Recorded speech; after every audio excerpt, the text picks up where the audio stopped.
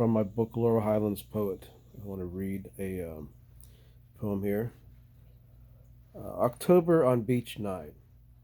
I wrote this Monday, October 15th, 2012.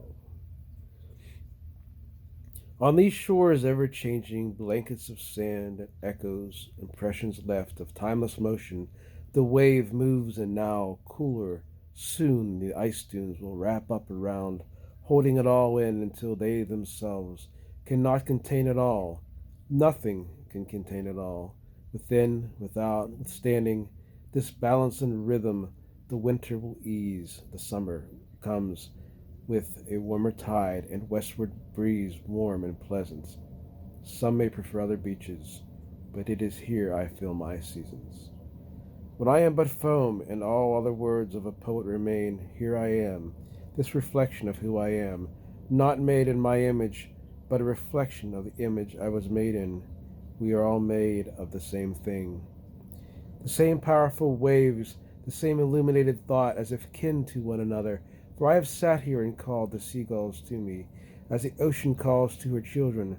Come, sit by my shore, my children, and count not these endless days. She called to me in my youth, her blue eyes and her depth as I looked out to sea. She was endless and without form. Her beach was her hand outstretched, more than a lover, more than just love, the thing we all look for. I stood at her sunset, warm and glowing, like the fire the last moment she touches her deep blue eyes. It all glows like embers. It was my kiss, my assurance, my true lover, closing her eyes, winking me good night.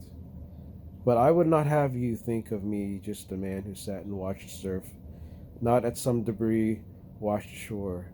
I've been a wanderer of the sands, following them on their journey from tip to tide to arc, and I have left my footsteps for miles on beach, as my only footsteps can gather up pebbles of faith, and someday they may gather and wander on their own and wonder whose footsteps I followed.